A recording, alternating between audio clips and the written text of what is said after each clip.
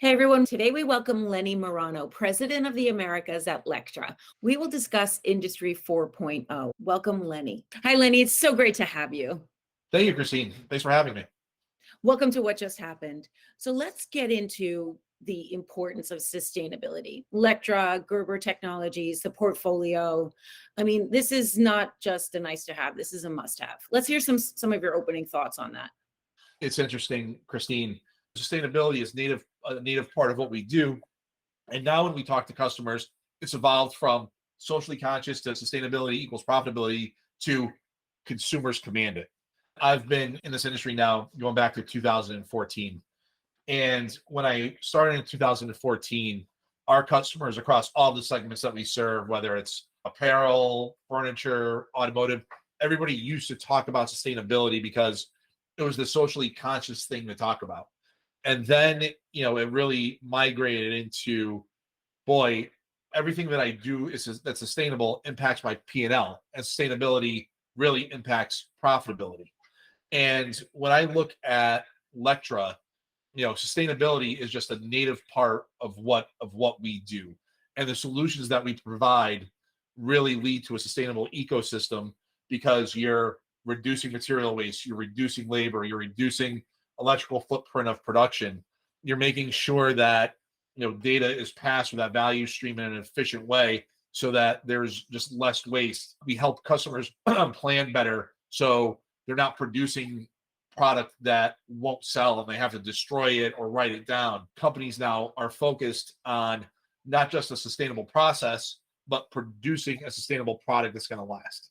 I like to say sustainability starts in the cutting room floor. Being able to leverage tools that are now all evolved into the cloud to make sure that you're maximizing the usage of your material and eliminating waste, but also labor reduction. Some of the most impactful sustainable initiatives in the cut room is around waste reduction. I believe it actually starts on the planning process, right? It's making sure that you're planning your inventory right in a way that your product is going to sell. So analyzing what the sales is like at retail, understanding what your assortment is, and making sure that you have the right assortment, making sure that your pricing is in line with the competition. I like to think that your industry has been at this a lot longer than the media has been buzzing about it. Okay, so it's definitely top of mind. We're experiencing it climate-wise, but with the shift in buying power to a different generation, the voices are louder. And I would say that's fairly much shorter time period than the length of time you guys have been at the business of sustainability and innovation. So let's talk for a second about innovation in what you do in fashion, automotive, and furniture. And first, how do you expect that to evolve? Because if you're not innovating, you're not surviving. And how does it fit into these macroeconomic times that we have ahead of us? No, so that's a great question. And first of all, you're right. Actually, at the end of this year, Lectra is going to celebrate our 50th anniversary as a company, which we're very proud of. Also, when you look at Lectra, we spend over $50 million a year in R&D, which is about 12% of revenue, which is really kind of best in class for a technology company. So innovation is inherent to our nature, and our focus over really the last 6-7 years has been around Industry 4.0 innovation. How do we leverage the cloud, big data, IoT to go and drive efficiency throughout the production process? In 2021, in June, with the acquisition of Gerber. I mean, as you said, this is not new to you as an entity, and continue to be dedicated to innovation, because innovation is sort of the rudder that cuts through all of the chaos kind of on either side of that.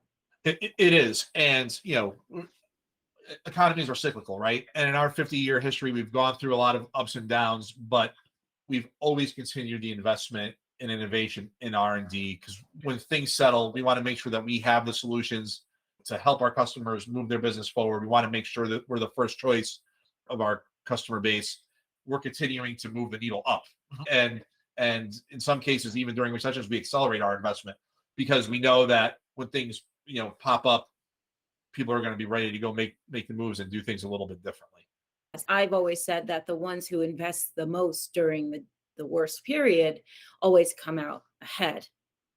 Yeah. So it's interesting. In 2020, when everything hit, everything kind of shut down.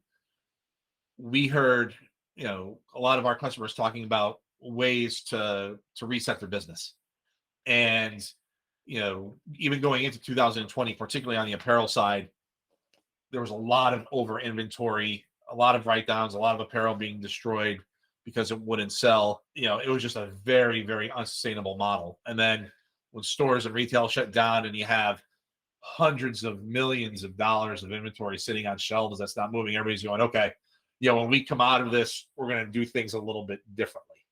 And hearing that from our customer base on both the brand, retail, and manufacturing side, we knew that we needed to continue our investment in Industry 4.0 solutions, because when they come out of it, and they were ready to do things differently, we wanted to be ready for it. Some customers really did say, hey, you know what, we are going to do things differently, and we're going to use the tools. We're going to invest in the 4.0 technology around PLM, PIN.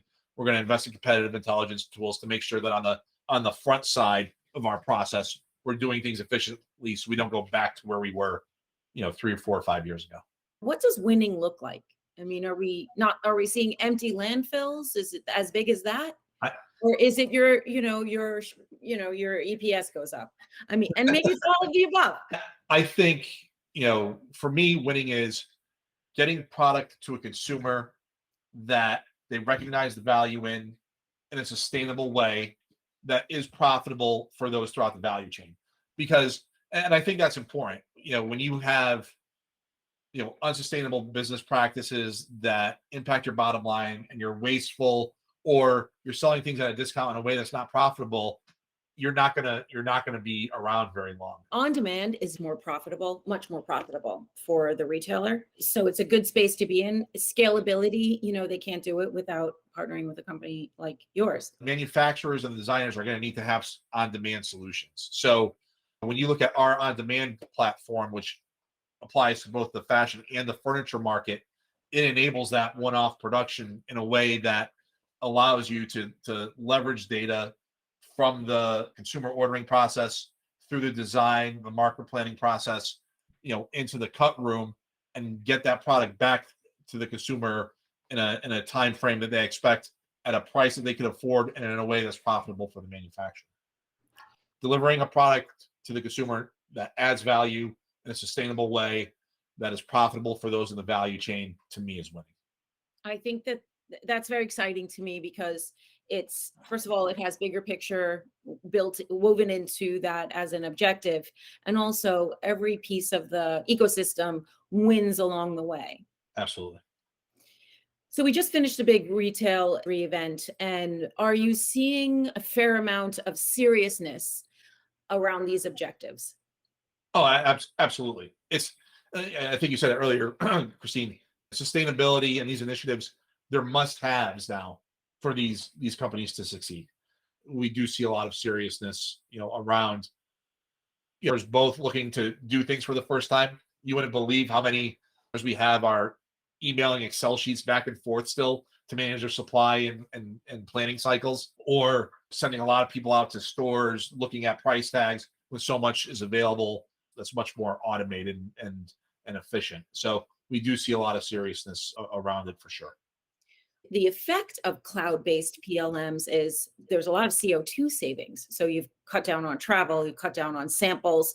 These are the not forward-facing sustainability accomplishments. Mhm. And I'd love to hear your thoughts on that. As Lectra, as a publicly traded company on the Euronext exchange out of Paris, we have strict CSR reporting guidelines now that we have to report on. And it's really evolved from kind of being a much more financially focused report to saying, okay, what are you doing, drive down CO2 savings, not just within your business, but within the product offering that you bring to customers? How do you further enable that? As an organization, we're very well prepared for that, because sustainability and waste reduction has been part of our value proposition and our product offerings for a long time. Going back to your comment on PLM and kind of the CO2 savings, having a cloud-based PLM enables interconnectivity throughout the process. and it's kind of the central version of the truth that connects your ecom order to your ERP, goes through PLM, but then also that's going to feed your design cycle, right? That's going to feed your design side, and having that CAD and PLM integration is important, and CAD to 2D and 3D integration as well. Process management is definitely there's a savings to that, and then you can argue there's sustainability benefits from that. Let's just, this may or may not make it into the conversation, but aren't you shocked at how few people are actually, how much, well, it's a good thing. Aren't you excited about how much opportunity there is for you to get people into cloud-based PLM? Yeah, absolutely. I mean, it's a big opportunity because, like I said, we have the competition of Excel, but we also have people that have been using legacy systems that are a little bit more complex. They're harder to use. They're not as robust, and migrating them over to the latest generation also presents a huge opportunity for us. Do you find it hard that people hate to pull that Excel needle out, that they're just like, it's like, I can't give up my Excel. It's you're like, you're passy. It's absolutely, but we see the emotional aspect of migrating from perpetual to cloud-based systems in a lot of areas of our business, and not just PLM, but even on the marker making side.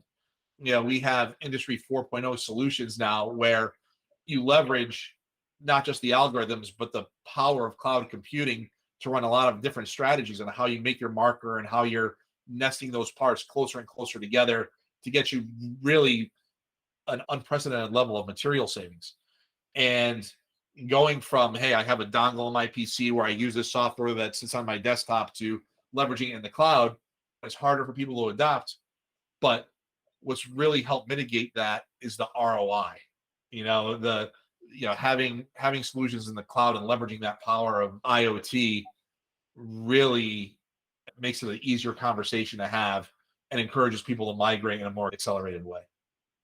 Do you want to chat a little bit about furniture and automotive? I'd love to. It's very interesting to hear that you service all three industries. On the furniture side, there's a lot of trends on the retail side that very much mimic what we see, in the apparel space. Higher quality, less turnover of the actual product itself, moving into on-demand, more customized orders. On the automotive side, what's cool about automotive is that they're always early adopters. And with Lectra's Industry 4.0 initiatives, the first ones, a lot of it was focused on automotive and getting like the automotive cut room up to Industry 4.0 standards, because they do it in so many other areas of their operation, and giving them the tools, which are all migrating to cloud-based as well, giving them the efficiency on the production floor to be able to scale their production. Our automotive customers, a lot of the things that we talked about in apparel and in furniture still apply, right? From a sustainability standpoint, in the cut room, it's waste reduction, it's labor reduction. And, a few years ago, we had launched a new product, particularly for automotive. It's called the IP9, which, combined with cloud-based marker making, gives you the ability to really nest your parts a lot closer together, cut them much more effectively, and it's a significant material savings. And what our automotive customers have done is use that as a competitive differentiator for themselves when they go and quote to the OEM. So if somebody's looking to do a job for Toyota or Ford or General Motors, and they say, look, because of this new Industry 4.0 smart technology, I could produce your car seats or your dashboards or your liners using less material and save you 1-2% on the cost compared to the competitors, it's actually worked out in our favor. And a lot of similar thinking across all three industries that we serve, with automotive being a little bit more of an early adopter. Yeah, that's very interesting. But that must be very applicable to furniture as well. I mean, there's a lot of cutting and making everything fit. So do you see that? Well, is that particular machine available in furniture, or that, what do you That, call it? that No, the machine that we sell in furniture for that type of application is a little bit different, because there's a higher mix of product in furniture, particularly as things go to on demand. So, if you're Toyota, right, you're going to make, you know, however many thousands of Highlanders, right? You're going to need a lot of car seats, kind of using maybe 3 or 4 different upholsteries. Where on a furniture side, if you go into, if you go into a furniture store, you see the wall of like a million different fabrics, a million different pillows. So the dynamics of the mix of production are a little bit different on furniture. What we sell primarily into furniture are, we call it lower ply, which is, instead of cutting 100 layers of material, you cut 20 because that's really what your product mix deserves. Mhm. Or we see even just cutting one layer at a time, but doing it in a fashion efficient way for on-demand production with a minimum order quantity of one, as customers come into retail and pick from the wide assortment that's available. Right, interesting. What about just walk me through how do you do that for apparel? Is it a much bigger cutting? It must be huge compared to Well, that. it depends, right? What's cool is we have a portfolio that allows for both mass production and on-demand production. It really depends on the workflow and how the customer is positioning themselves in the market. That flexibility is incredible. Is that industry standard or is that special to you guys? That's special to us to be able to have that wide range of portfolio. And what's really interesting is that we see a lot of customers kind of putting them side by side now, and customers that traditionally were in the mass production space are trying to carve out areas, say, hey, you know what? I've normally done mass production, but I think I have this niche to where I can go a little bit more on demand, or I know my customer is buying, customized products or products more tailored from a competitor. How do I get my business in that space? Here's actually one thing that's pretty interesting that we see. We see it from big brands. And you talk about the correlation of the different markets that we serve between apparel, furniture, and automotive. In automotive, there was a trend maybe going back over the last 5 or 6 years where the big automotive OEMs, these are big companies, right? Billions and billions of dollars in sales. With a company that big, you get a lot of red tape when you're trying to start something new. So they'll start like incubators, almost spin them off as a separate business, keep them small, keep them nimble, keep them flexible, and allow them to do things a little bit more differently. And what we've seen really over the last 3 years is that apparel is kind of taking that model too. You have really big apparel companies that are billions of dollars in sales, kind of encumbered in their traditional way of thinking. How do they break apart from that and accelerate how to do things on demand?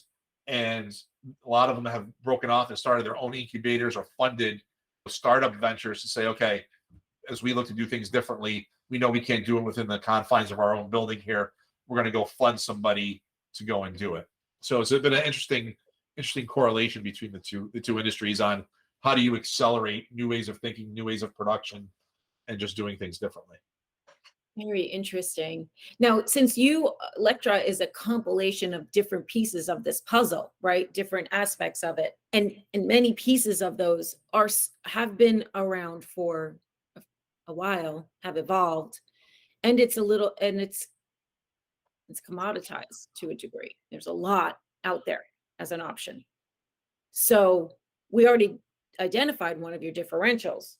Obviously, service and price and the whole holistic package of what, let's say, one company offers over the other. How do you stay competitive? It's really about value, right? And our value proposition of integrated solutions throughout the whole value stream, like I said, from planning through competitive intelligence, through design and production, it does stand out in the marketplace. But in providing the customers value, one of the things that really makes us different is how we work with the customer to maximize that value, right? We don't just, we're not a point solution provider, go sell a machine and then we're done, right? When you look at, the Americas team, we have over 200 people in the Americas dedicated to customer success. That's call center support, field support, that's professional services to make sure that when we implement it, we're implementing it in a way that's going to get you up and running and generating that ROI and getting the efficiency that you expected when you bought that product. That's a major differentiator for us. But within that customer success team, and I'm going to go back to this Industry 4.0 umbrella that's over everything we do, since 2007, all of our machines have been connected to the internet, right? We were a very early adopter of kind of leveraging IoT and Industry 4.0 for serviceability, predictive analytics. These are capital equipment machines, are complex. stuff happens, but leveraging our cloud service resources, leveraging the data that we get from those machines, we're able to predict when something may go wrong before it even does. And we have many stories of customers saying, "Hey, I just got a part that showed up on my doorstep. What's this for?" "Oh, well, through our analytics and our service dashboards, we saw that something was a little bit out of whack from a telemetry standpoint, and we think this part needs to be replaced, so we shipped it to you before there was even a failure." So it's things like that, and that continued investment in innovation to further enable those differentiators that helps us stand out. Well, I want to thank you. It's an entire industry and ecosystem built on innovation. it, it's built on innovation, and I look at what we do, and when I talk to people about it, we're behind the scenes of stuff that you interact with hundreds of times a day, right? Whether it's the clothes you're wearing, the seats on your car, the couch that you sit on, we're behind it. And I think that's what makes us a cool part of the industries that we serve. I have this opinion that Intel was really smart when they put the little sticker Intel inside on Right. laptops. Yeah. I meet technology such as yours that is the back of everyday items and making a difference. And I like to think that there's some way for a customer to make a purchasing decision based on the backbone. So I think there's a value. People bought Dell part of the reason because, oh, this Intel is inside. That must be important. But to think that I could buy a sofa that had your companies involved in it, so I know not just I like how it feels and the quality is great, but there are so many other values to that. Everybody wins if you're working with partners that are really committed to innovation and making a difference and have sustainability at their core. Why not share that with the world? It can be popped on an e-com site. It can be a little thing like the Intel thing, kind of either on the hang tag or whatever. People want to know. As we started this conversation, the buying power, the ones with the wallets, they want this information. It's almost like why wouldn't you put it out there? Well, it's traceability, right? It's really all about traceability, and while the consumer itself may not recognize Lectra as a brand name, we talked about over half of the market wanting to purchase sustainable products, and actually at the end of last year, Lectra acquired a company called Textile Genesis that leverages Industry 4.0 to put a traceability tag really from like the cotton fields to the consumer of how that product was sourced, produced, um, and ultimately gets to the shelves. And that's I think the next evolution. So while Electra may not be the brand recognizable to the consumer, I think you're gonna see consumers commanding to know what our data is and how a product came to be produced throughout the ecosystem that we've created. Well, they don't know because they're not told. They know what they're told. People want to know. And I think conscious partnerships, business partnerships are becoming more and more important and need to be visible as part of that purchase decision making process. Completely agree, and I think that's just the way industries and consumers are evolving, right? And the more data that becomes available, the more that people are going to command to see it and understand it. We want to enable the brands that we work with to go out to consumers and market in a way that shows that they're sustainable, that they're using our solutions to produce sustainably and produce a quality product. And there's a lot of talk about near shoring and reshoring.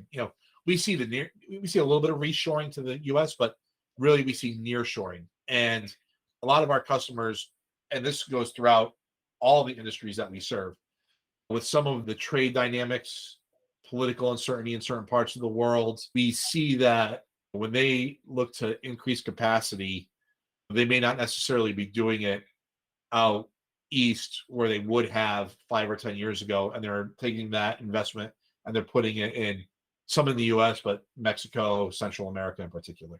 Yeah, it's a big opportunity and should be big. It should be huge. And And it's real. Like we're seeing it. It's not just talk anymore. Our business is seeing it. yeah, well, that's great. That's great for everyone. Everybody wins. Absolutely. Well, Lenny, I want to thank you for walking us through Industry 4.0, the companies that are part of Lectra, and how they all fit into this evolution of industrialization. It's the fourth industrial revolution. I really enjoyed our conversation. Had some fun. Thank you very much, Christine. Well, it's a pleasure.